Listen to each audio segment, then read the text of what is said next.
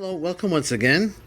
This is a quick diagram and idle air control valve, and we have a computer here. We have the throttle body over here, and this is the plate.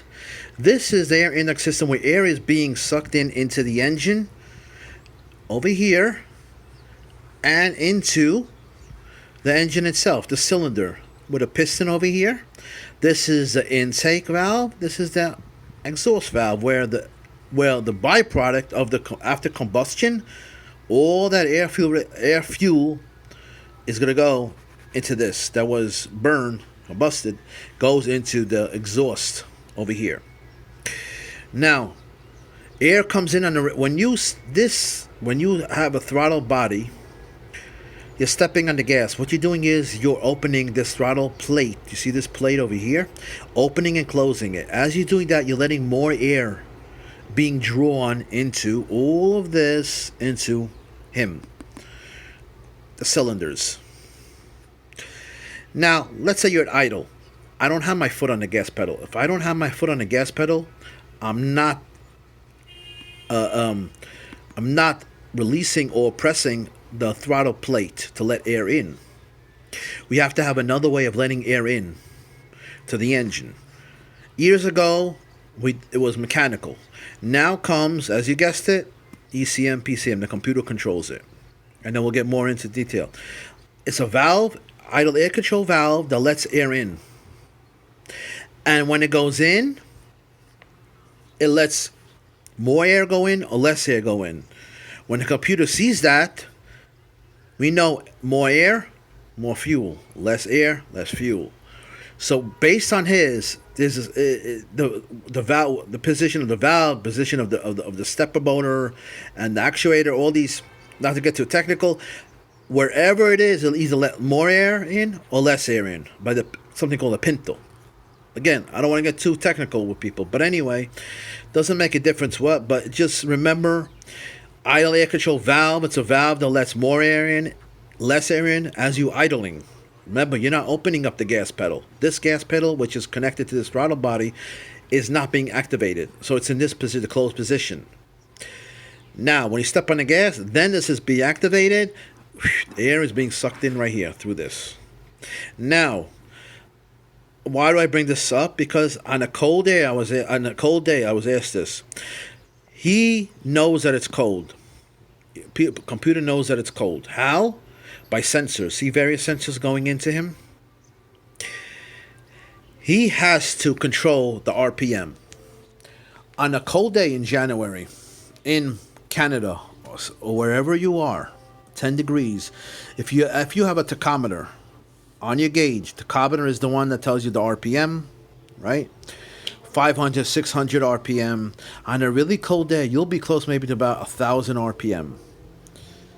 The question in the comment was, is there something wrong with the idle air control valve or the computer? No. If it's a cold day, and you haven't started that car in 8 hours, whatever it is, overnight, whatever it is, you expect that RPM to be high.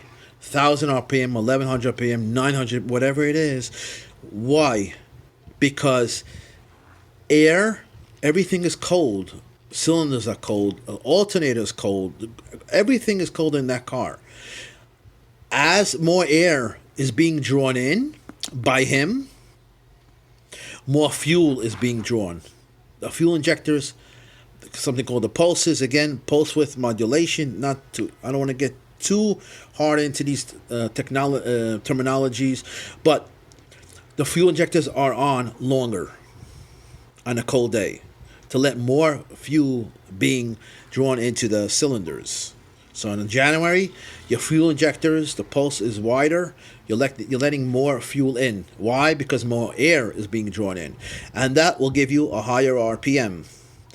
As the fuel injectors are being less open, based upon less air from him, the computer controls this. He sees the RPM. He sees the temperature of the air. He says, you know what?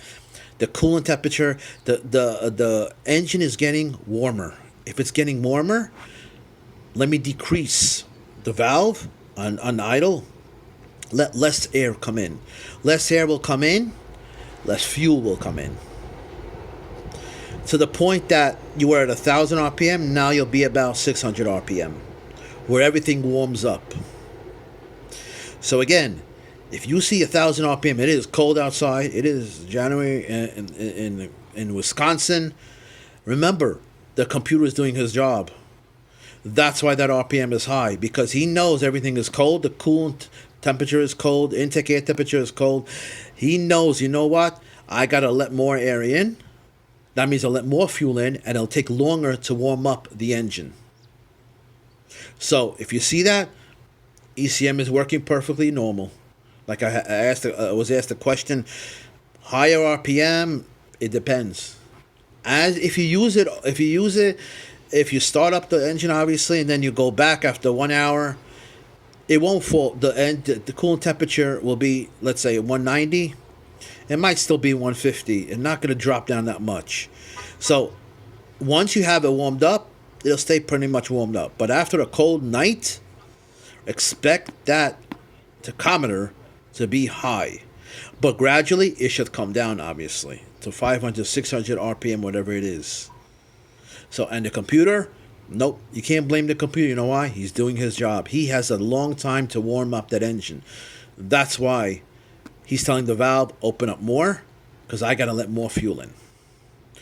Please, if you like this and you understand a little better, hopefully, and on a warm day, let's say it's summer Florida, see, it takes much quicker to warm up that engine. Everything is warmer. The temperature is warmer. Intake air temperature is warmer. The coolant temperature sensor, the coolant heats up much quicker. Therefore, he doesn't have to open up this that much. He doesn't have to open up the fuel injectors that wide that much. It'll cool up. It'll warm up much quicker in the summertime. You ever notice that arrow on the gauge for the temperature? It'll be like 100, 110. It'll go up very quickly, won't it? It's summer. The air is warmer.